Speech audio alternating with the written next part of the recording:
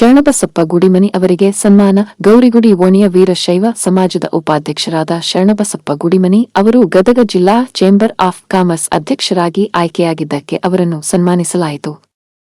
ಈ ಸಂದರ್ಭದಲ್ಲಿ ಕಾಶಣ್ಣ ಕುಂದಗೋಳ, ಶಿವಪುತ್ರಪ್ಪ ಬೆಂತೂರ, ಮರಿಯಪ್ಪ ಅವರಾದಿ, ಶಿವಾನಂದ ನಾಗರಾಳ ಮುಂತಾದವರು ಉಪಸ್ಥಿತರಿದ್ದರು.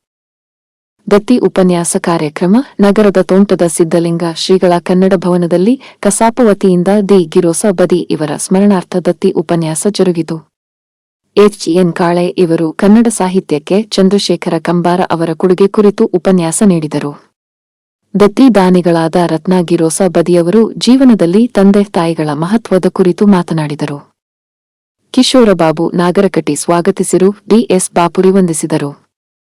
ಕಾರ್ಯಕ್ರಮದಲ್ಲಿ ಶಿರಹಟ್ಟಿ ಕಸಾಪ ಅಧ್ಯಕ್ಷ ನವೀನ ಅಳವಂಡಿ, ಯಲ್ಲೋಸ ಬದಿ, ಚಂದ್ರಶೇಖರ ವಸ್ತ್ರದ, ಅನ್ನದಾನಿ ಹಿರೇಮಠ ಸೇರಿದಂತೆ ಅನೇಕರಿದ್ದರು.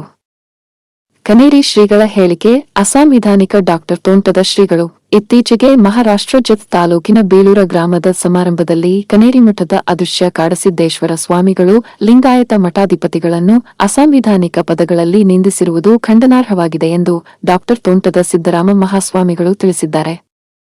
ಈ ಕುರಿತು ಪತ್ರಿಕಾ ಹೇಳಿಕೆ ನೀಡಿರುವ ಅವರು, ಲಿಂಗಾಯತ ಧರ್ಮ ಹಾಗೂ ಬಸವಾದಿ ಶರಣ ಪರಂಪರೆಯ ಬಗ್ಗೆ ಅಸಮಾಧಾನ ಹಾಗೂ ಪೂರ್ವಾಗ್ರಹ ಹೊಂದಿರುವ ಅವರ ಮಾತುಗಳು ಕರ್ಣಕಪೂರವಾಗಿರುವುದಷ್ಟೇ ಅಲ್ಲ, ಅವರು ತಾವೊಬ್ಬ ಅನಾಗರಿಕ ವ್ಯಕ್ತಿ ಎಂಬುದನ್ನು ತೋರಿಸಿಕೊಟ್ಟಿದ್ದಾರೆ.